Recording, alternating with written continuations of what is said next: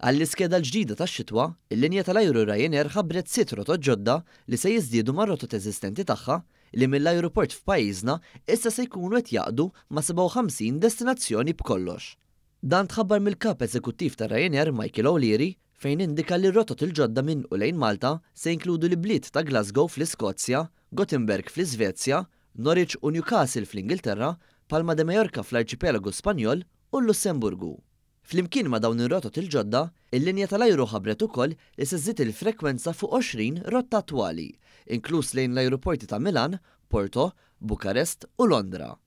Waqt konferenza tal-aħbarijiet fejn ingħataw dawn id-dettalji, ġie żvelat ukoll kif ir-Ryanair se tkun qed iżżid il-flotta tagħha bid-9 ajruplan stabbilit f'Malta, b'investiment ta' 85 miljun euro.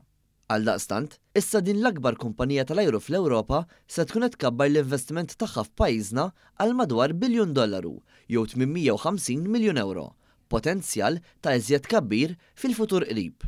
Fil-fatt, il-kumpanija hija ansjuża li saħansitra jkollha hangar ġdid fejn tkun tista' tkompli tkabbar l-operat fit-tiswija u l-manutenzjoni tal-ajruplani tagħha wara dawk tal-aħħar snin, f'aktar fiduċja f'pajjiżna u fil-ħaddiema lokali.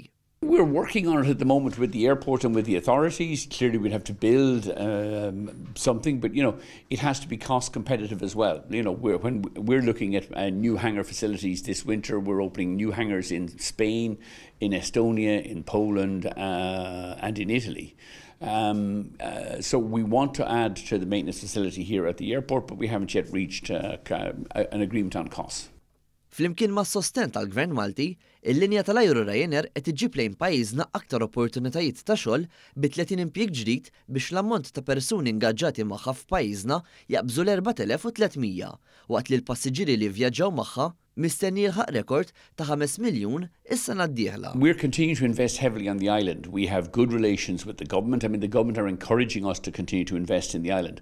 What makes Ryanair different is instead of just having a brass plate here on the island, we're investing. We have 9 aircraft based here full-time this winter. That's an investment of about $1 billion on the island. The Prime Minister opened a second floor of this office building here last month. We're now growing from about 80 to 150 head office people here in Malta Airlines. And we've a new hangar facility at the airport. So we're investing in the island, we're continuing to grow traffic on and off the island. Ir-rotot il-ġodda tax-xitwa jistgħu jiġu bbukjati minnu fih bis-soltu offerta ta' biljetti mraħsin bħala ċelebrazzjoni tal-iskeda tax-xitwa. Il-prezzijiet li jibdew minn inqas minn 22 euro huma disponibbli sa tmiem din il-ġimgħa.